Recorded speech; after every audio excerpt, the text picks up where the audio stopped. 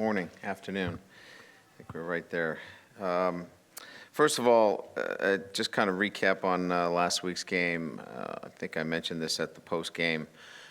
Certainly, winning is difficult. We saw that this past weekend, and I want to reiterate that I was really pleased with the way our guys prepared coming off a short week.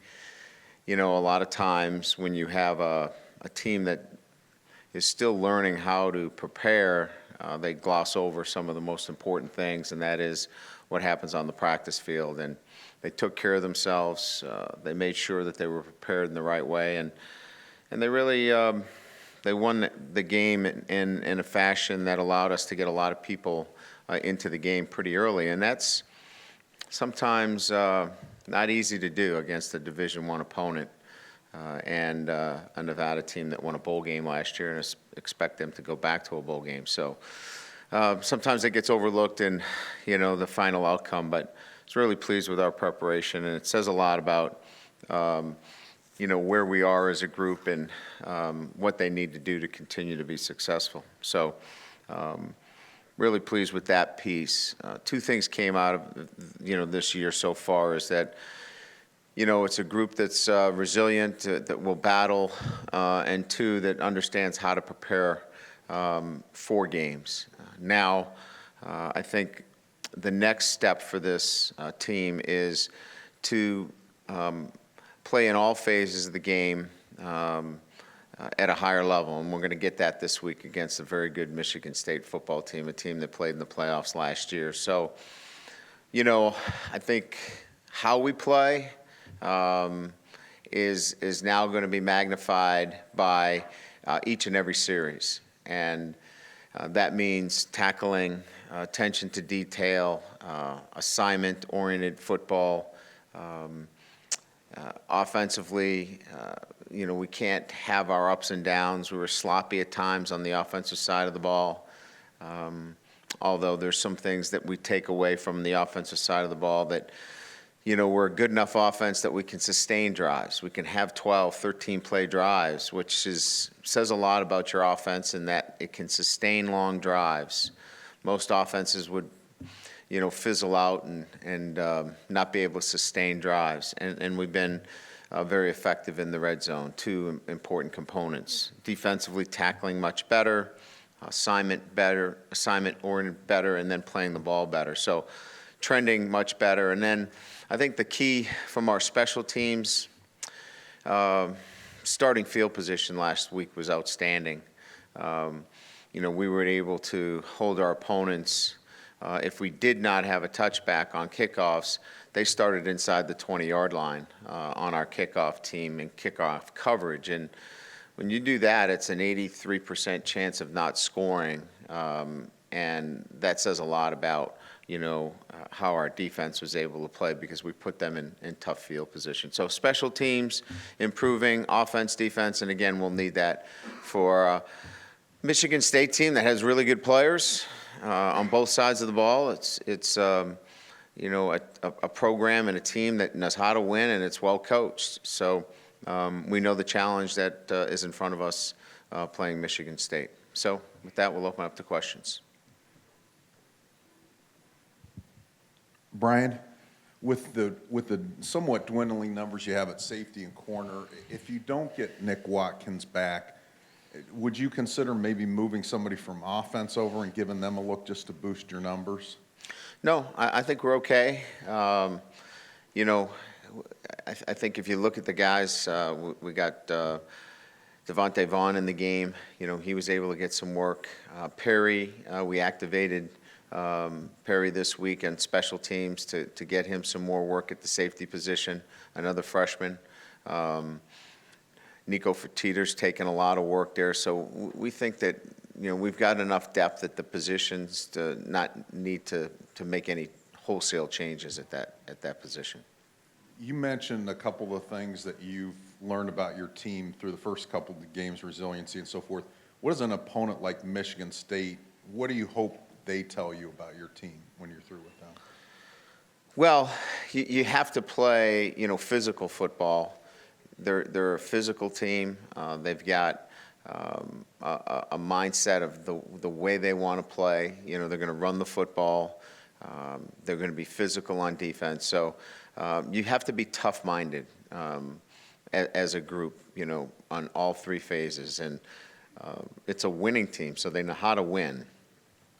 We watch film after film of their games in the Big Ten, and there's a lot of opponents that have them on the ropes, and they find a way to win. You know, whether it's Ohio State or Indiana, you know, who's got a great chance to win the game, but they come back and beat them. So it says that, you obviously have that winning, you know, attitude that you can close out games.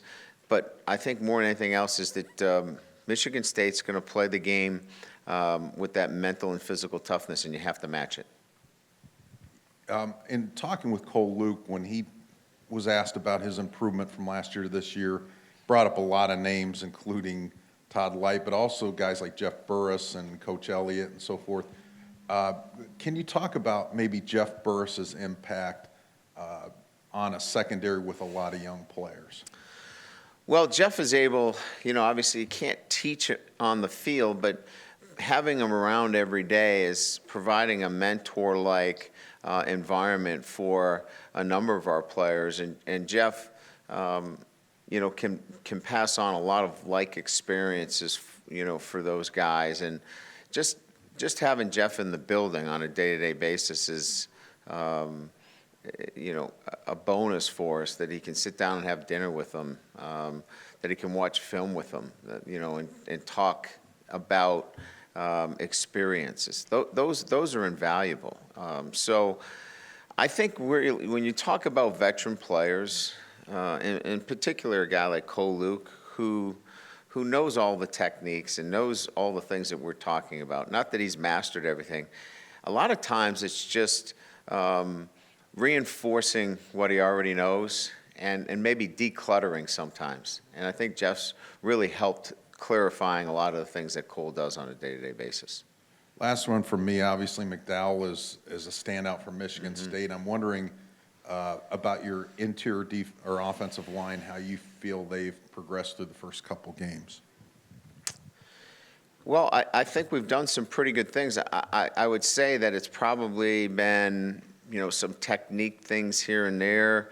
You know, first-time starters, a couple of first-time starters, you know, really, when you look at it, 3 first-time starters are battling really well in terms of play after play. But, you know, there's different things that crop up that are first-time experiences for them. So overall, I think we're pleased, but there's some inconsistencies that are happening in the first couple of weeks that I think you probably expect because they're going through it for the first time.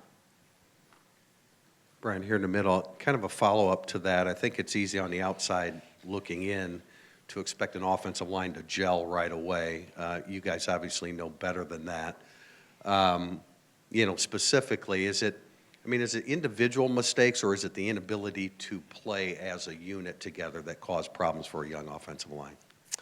There's a lot of combination work, right? So the center's got to be working with one of the guards. So that combination work requires the center, you know, to be involved in a lot of things. So I think the best way to answer it is it's not always just the 5. It's sometimes getting in the right play. There were 2 or 3 instances where we were in the wrong play and it couldn't be blocked effectively. And you know, when you're in some of our spread offensive sets and you're outnumbered, you know, in the blocking scheme, sometimes the offensive line can be exposed and look silly. And they can't block everybody, and you got a free runner to the ball carrier, and you're like, well, why didn't we block him? Well, why did we run that play? So there's a little bit of that in there, and so I think that, you know, sometimes to some, they look at it and go, well, what's wrong with the offensive line? Some of it has to do with getting in the right plays. Some of it is combination work that we need to continue to work on, and that is 2 guys working together. Because individually they're pretty good and they know their assignments. It's when to come off a block, when to stay on something, and that's where it'll continue to get better. So it's sometimes the protection that's called. You mentioned against Texas, Kaiser maybe missed a couple late. Yeah. How about against Nevada? No, our protections, we didn't have much problem with protections in terms of, what we had on. There were a couple of times where Deshaun, one time where he should have been throwing hot on a particular play, he did not, and it wasn't an offensive line. There were no glaring issues with our offensive line relative to protection. Deshaun missed one when we had a 5-man protection, and they went 3 to one side, and the ball didn't come out. Kind of got the sense after the game, talking to some of the players about Michigan State and their physicality. I don't know if it was because we were breaking the 24-hour rule that they're accustomed to, or I'm offensive, or they just does the whole idea of Michigan State and their physicality, does that resonate with them? Is that like a burr under their saddle hearing that, especially in light of the fact that you have won 3 in a row against them, and it realistically could be 4 in a row? I just think that they, clearly recognize that it's a team that, is a top 10 team, one that has played in the playoffs, and, they like the competition because it's always talked in terms of a physical contest. And look, when you tell a football player, we're going to test you mentally and physically, and this is going to be a physical contest, they bow up, because they're football players. So I think the natural reaction is that any time that they're tested about a physical contest, they want to, come on, let's bring it on. And I think Michigan State has proven to be a winning football program, and they do it by being physical. So, our guys are going to have to back that up. So Michigan State's physicality is a common theme for you and the coaching staff this week. Are you pounding them with that? Yeah, I think they're more than just, a physical football team. I think that they have athletes. I think that they have very good schemes. So this isn't, some Neanderthal, let's just, hit you in the mouth football team. This is a team that went to the playoffs and, beat Oregon and beat good football teams that do other things. So I think you're underselling them just to say it's a physical football team. They have to do other things well. Obviously, with their secondary, they're going to press you. They did 3 years ago. You guys picked up probably 5 or 6 interference calls. What is the message to a young receiving corps facing a secondary that does what they like to do? Run. Run.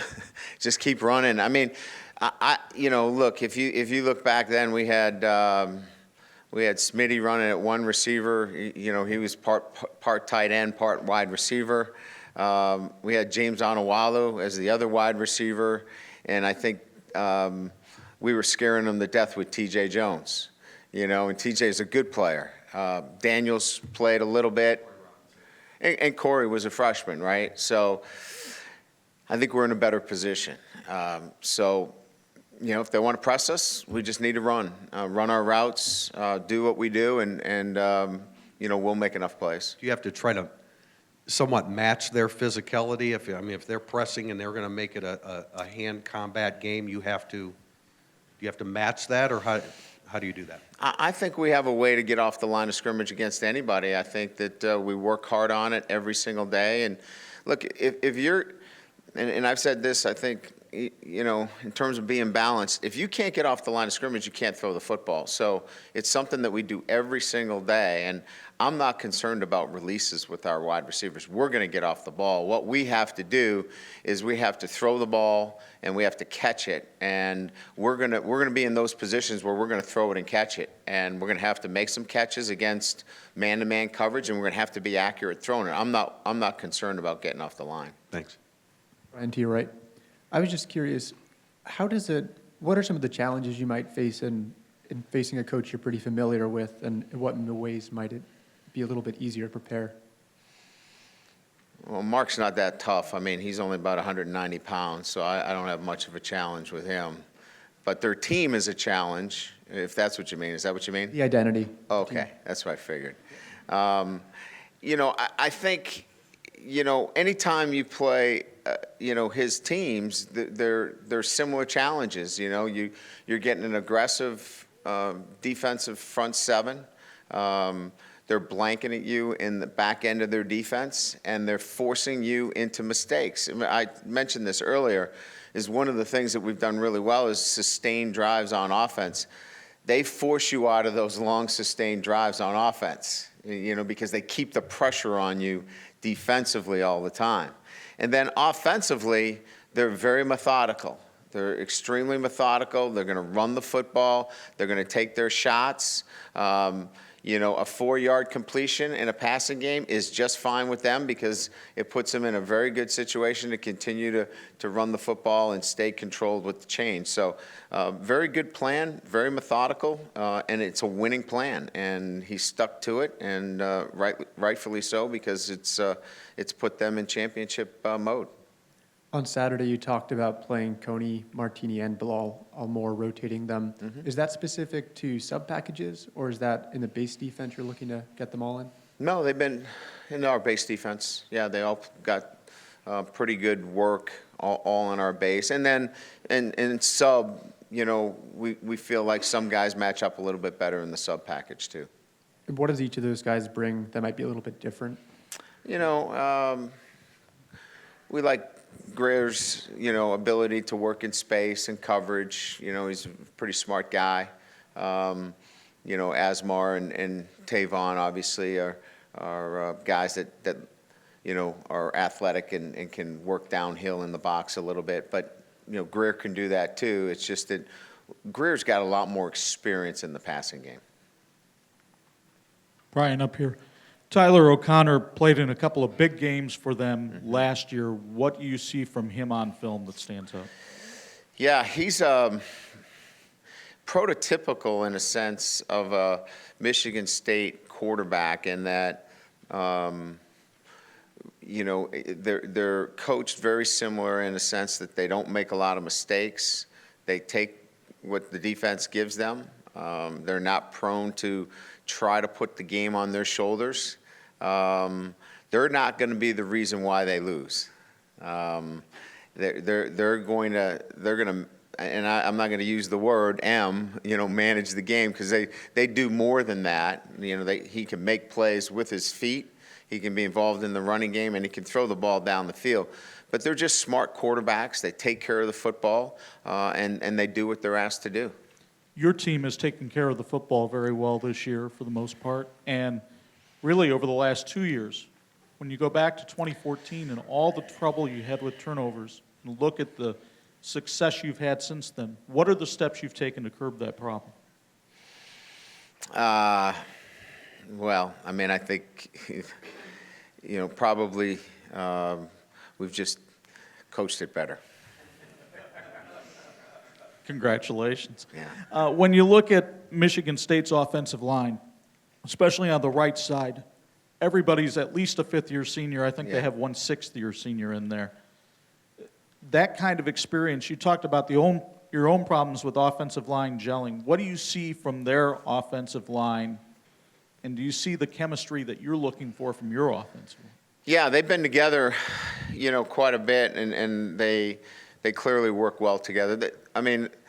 They're running the same schemes, very similar schemes that they've run over the last few years together. So there is definitely consistency and continuity. They do a very good job working well together. They're a physical offensive line. They're big. You have to be able to control the line of scrimmage, or they're going to knock you off the ball. I think what stands out more than anything else is that all of these guys, from my eye this year, move a lot better. I think a few years ago they didn't move quite as well. They're moving much better. It's a more athletic offensive line, and they're going to be a challenge. Countering that, you've got a veteran of your own in Jerron Jones who seemed to step up his game last week. Talk about the improvement he made last week and what you continue to expect from him. You mean his hands? His hands were improved, yes. I think Jerron is, feeling more comfortable coming back from an injury. He's certainly, understanding leverage and understanding what he needs to do to continue to get more work for us. And, him and Daniel had, two really good games, and we're going to need it. Obviously, playing teams like Michigan State and Stanford, and teams that are going to really pound the football, we're going to need more of that that we got from them this past weekend. Brian, up here. We can look at the stats and everything to evaluate the wide receivers, but for you guys, how did they grade out coming out of Nevada? In terms of our technique grades and assignment grades, all of them have some things that they need to work on. I would say that the thing that they continue to do well is they're getting their hands on the football, they're catching the football. We don't have a lot of drops. We're running routes. There are some things that have to be worked out that are a little bit more part of the development of wide receivers in terms of conversions, blocking, and that's just going to take time. So we're not at that point where we're disappointed with any of our younger receivers as much as it's learning. So all of our film study for the Nevada game was really great teaching. For example, it's the first time that we took 35 plays in the game, and we actually had a walkthrough on Monday of all the plays that there were mistakes in. Just from that learning standpoint of, look, this is how you do that. Instead of just watching our film, we actually went out and walked through every single one of them. And it was really good because that's where we are on offense. We have a lot of young players that are playing really hard. They're doing the athletic things that we want them to do.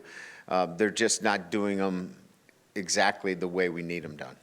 I think you mentioned Saturday that Equimanius is becoming a guy who Deshaun's maybe starting to look to a little bit more. What has he done to kind of get in that position where, if it's 3rd and 6, he's maybe Kaiser's first read on that? Well, I think the Texas game built some confidence in him, right? Nevada then doubled him up into the short field, and Deshaun needed to use the wide field and gain a little bit more confidence in Corey Holmes. So, it's kind of one of those things where you can't, in our offense, just rely on one guy. You have to spread the ball around, and that's how important it is to have balance within your offense. When you call on the next guy, you got to get the ball to him. But I think the Texas game, and then certainly when he was targeted, he's catching the football. So I think it's like anything else. When you throw the ball to somebody and he's making plays, you're probably going to choose to go back to that well.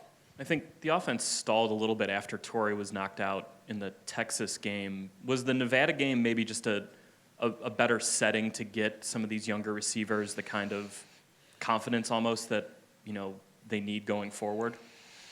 I think getting Chris Fink a couple of catches was absolutely a good thing. We would have liked to have gotten KJ the ball down the field. We had beaten a corner and we were late in getting him the ball, but, he's gaining some more confidence. We're gaining a little bit more confidence at the quarterback position, seeing what he can do.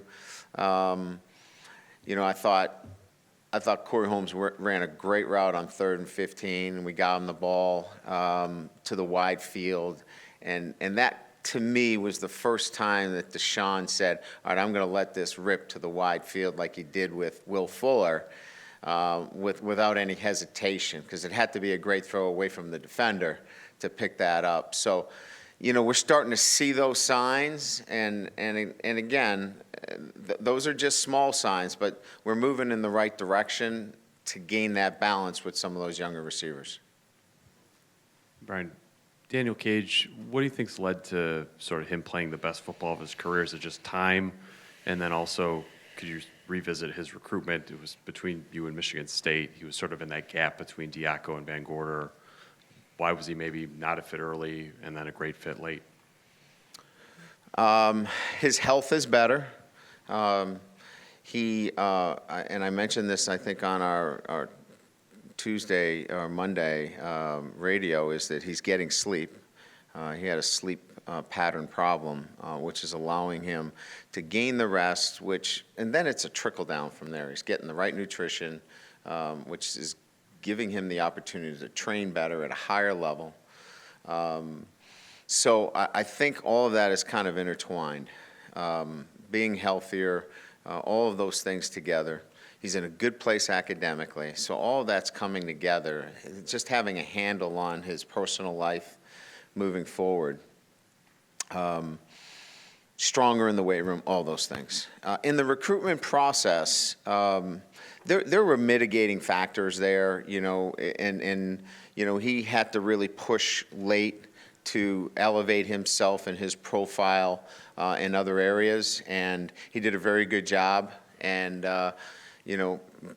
and I was quite familiar with him, being from Winton Woods High School. I knew the high school, but we wanted him, and he did some things late that really helped out his candidacy. So to follow up on Tim's question about the offensive line, what's a realistic or what are realistic expectations for Mike McGlinchey and Quentin Nelson? Because I think we watch them and assume they're just going to blow everybody off the ball on every snap. Yeah. That's not really realistic. But Yeah. I mean, what do you expect from those two as a combo? To be really anchors in pass protection, right? So we'd have no mistakes over there in terms of pass protection and, really solid in their assignments. And not that they haven't been, but, there are things that they can get better at, and they were much better from Texas to Nevada. There was definitely a jump there, and they got better. So I think we expect to see more of the same as we continue to move forward. Just lastly, football IQ with James Onowalo, he just seemed to sniff out everything Nevada was trying to do, whether that was on tape and something you had practiced or just something he had to recognize. Just a lot of reps there, or what do you think's happening? A little bit of both, Pete, a little bit of both. He does a great job in film study, but our plan allows him to be in good position, and he takes to it. I mean, he's very in tune to what we do during the week of practice, recognizing formations that have high tendencies, and he locks into those things. I mean, is he sort of, I don't know if he has an assignment or he is able to go out there and you decide what your assignment is based on what's happening? Like, if it's a read option, somebody takes the quarterback, somebody takes the back all the time. In James' position, is he have a little bit more freedom to decide as the play unfolds? Well, he has an overriding responsibility to keep the ball inside the defense. So sometimes that could allow it to be different players. But he's pretty good at recognizing formations and the tendencies out of that formations that help him make plays. Brian, you knew you were going to be younger this year, but with the dismissal and the injuries, you've been even younger. Anything special you do going into a big game like this to, try to, take the pressure off or relieve some of the stress? I really haven't done that in the past as much as tried to prepare them leading up to, their very first college game, and, I think Texas is as big of a moment that most of these young kids had, 102,000 on the road. So I'm of the opinion that they've already played that game. They've already been in that experience. We're going to be home for the second time. The routine will be what it is. The opponent obviously will be a better opponent, a much better opponent. So what we'll talk about more than anything else is that this will be more about your execution and how you play, more so than the environment and the opponent. It's going to come down to how you play more than anything else. A lot's made about the fact you played 2 games now in a condensed period. Michigan State played on a Friday night. Which position would you rather be in? I mean, I know having a week off is always advantageous, but 2 games in, you have probably a better sense of where your team is. I'd rather be in our position 2-0. No question. Yeah. And this is the 50th anniversary of the 10-10 tie. Notre Dame's had 2 pretty famous games-ended tie known as Game of the Century. Players today probably don't even might not be aware of it. What would you say to a player who came to you and said, Coach, how could a game considered great if ended in a tie? Well, I think there is a perspective that players have when it comes to great games, and they're not all decided by wins and losses. Players really see it as a battle on the field because they have a warrior's mentality and a respect that goes with when two great teams get together and they battle. Certainly they want to win every game they play. But I'll bet that if you poll these guys, that great games are ones that are decided on the field between two great opponents. And it doesn't necessarily have to end up with somebody with more points. I think it's that warrior mentality. But clearly, a lot of our guys do not remember the history of that game. And what I can say from a historical standpoint, Michigan State, Notre Dame, the two coaches, there was a lot of respect for each other. There was a lot of respect for the programs. And I think it almost was fitting that game ended in a tie from that perspective. And with the nostalgia of that, is it still better though today to have a winner every time? Well, I think the way everything is set up today in terms of 4 teams in the playoffs, I think everything has to kind of end up with a winner and a loser today. Absolutely. Thank you. Yeah. Brian, just curious about the condition. The first game with the new configuration, with the new buildings on both sides, getting louder every week. Yeah, I don't think the noise was we've had louder games, there's no question, but I think what it does is it changes the wind pattern for sure. It's a swirling wind now that changes, and it's unpredictable. So I think that's probably the one thing that we kind of have noticed more than anything else is that the wind patterns on the field are much more unpredictable. When you think back when you came to Notre Dame, there were concerns early in the season. Is the field going to be ready? The grass going to be? So many things have advanced since you've been here. Is there a little more comfort, with all the known commodities going into the season at home? Well, I was certainly not worried Friday night when those downpours came. I was extremely pleased that we had turf, in that situation. Yeah, I mean, look, there are many things that stadium, has going for it, and certainly tradition is one of them.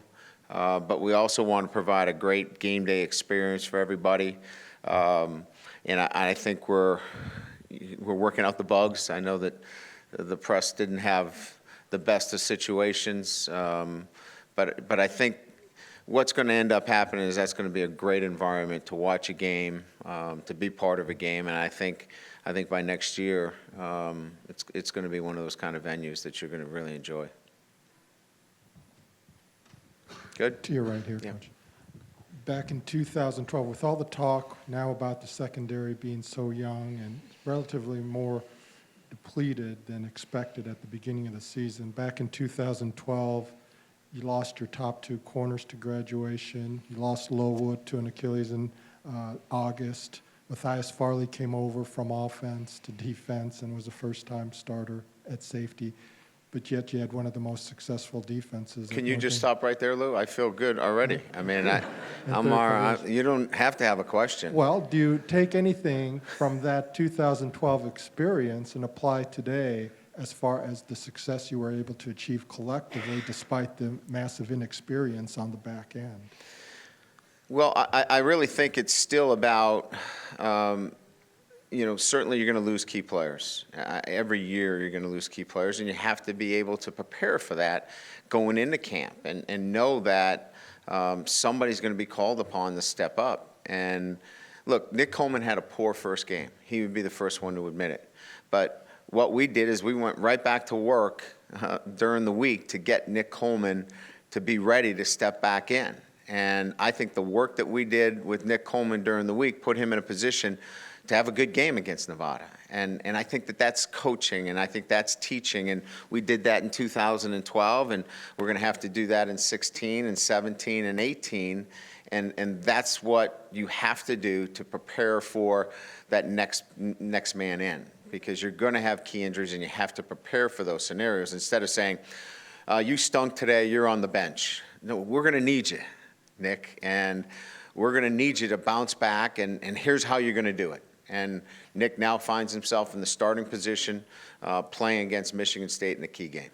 I was also referencing, but did you do anything specifically collectively on defense to help the overall unit on the back end, despite all its inexperience with Farley and even Kavari Russell starting as a true freshman? Mm-hmm. What were you able to do that perhaps? Well, I mean, if you remember, our front, we're heavily dedicated to the front seven, and we'll have to be the same way, is that we're going to have to stop the run.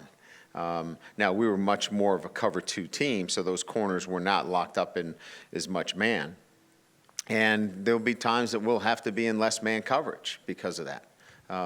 But that's just the reality of it.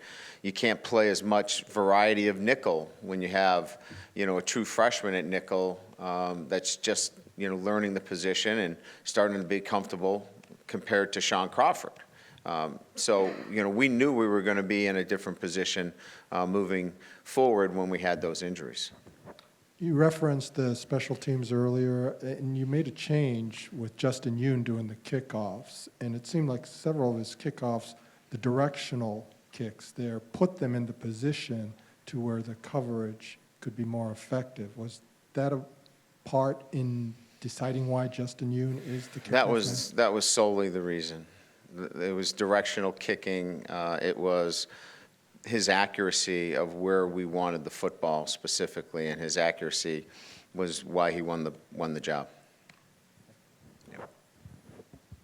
Brian, back to your left here.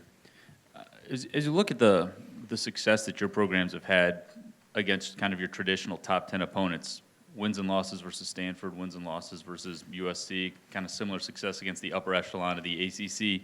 Yet against Michigan State, you guys have a really good track record over the last, 5 years. Is there anything you can put a finger on as to why this particular kind of A-flight opponent seems to end up in your favor more often than not? No, I think we've just, we've executed well. I haven't looked at the history as much as, we've probably done the right things and haven't given up big plays and have taken care of the football. I mean, those are the things that stand out to me. Michigan State is known for taking away the football, coming up with big plays, and I think we've probably stayed away from that. So I think if I was to look at it, and I haven't looked at it, I would bet that we probably haven't turned it over, given them really good field position, and we've probably made some big plays on defense. To what degree are you, satisfied with the improvements you guys made from week 1 to week 2, and where do you still see the biggest need to make them? Yeah, we're still work in progress. Look, we've just got our first win, so I mean, we're not running around here giddy that we've arrived. We've got a lot of work to do, but we made the progress necessary in terms of our defensive structure, in terms of tackling, assignments, sorting out some things that we needed to defensively. And then offensively, we're work in progress with some young players filling it's in different positions. So offensive line coming together, we're nowhere near where we think we're going to be. But we need to be good enough just this week, just one day on Saturday, to beat Michigan State. But we're still in that evolution process of working to get better. Considering how young your team is, what do you think a win this Saturday would do for them from a confidence standpoint against a top 10 team? Oh, it would definitely be a confidence builder for a lot of the young players. But they're not a group that when they choose to come to Notre Dame, that's a pretty bold decision in itself. So they're not lacking confidence in themselves anyway. So, we can manage on that end. That's not high on the must list in terms of building your team up with confidence. If we lost 6, 7 in a row, maybe that could be a problem. It's really about executing at a high level that this team needs now. That's the next box that we've got to check. And they're preparing the right way. I like their resolve. They'll fight for 4 quarters. Now we got to execute at a higher level on Saturday. Just speaking of that confidence, it seems like Deshaun is just unflappable, regardless of the game or the opponent or the stage or anything like that. How encouraging, or how much does that kind of put your mind at ease going into a game like this, where you know what you're going to get from that guy as far as demeanor, poise, all those kind of things? It's pretty good. I mean, look, if you've got a really good quarterback, you got a chance. And he's a really good quarterback. He knows the offense. He'll come to the sidelines. We'll have a quick conversation. He's usually wrong. I'm usually right, and then we can move on. And that's how it works. I love that kind of conversation with a quarterback. And he knows what he's doing. He knows how to do it, and he's working to get better at it every single day. And he gives you a shot at winning every game you play. As far as that poise goes, it seems like he had that from, stepping into Virginia there. I mean, did you know before that game that he was going to be, that kind of calm, collected, and that kind of stage, or did you have to see that to know that he was, that kind of player in that situation? Which answer do you want? I mean, I could tell you that I knew, but you don't really know. You hope that what you saw in high school, and that was a couple of drives that I really liked in the fourth quarter that showed this is the kind of guy I'm looking for, that has that kind of give me the ball, right? Hand me the ball late in the game, and I'm gonna get you the win. He had that, but you still got to be able to do it at the next level. And we felt like he had the makeup. I mean, and then it's just a matter of, can he go out and do it? And obviously now he's going out and he's doing it. Cool. All right. Good. Thank you, everybody. Thanks.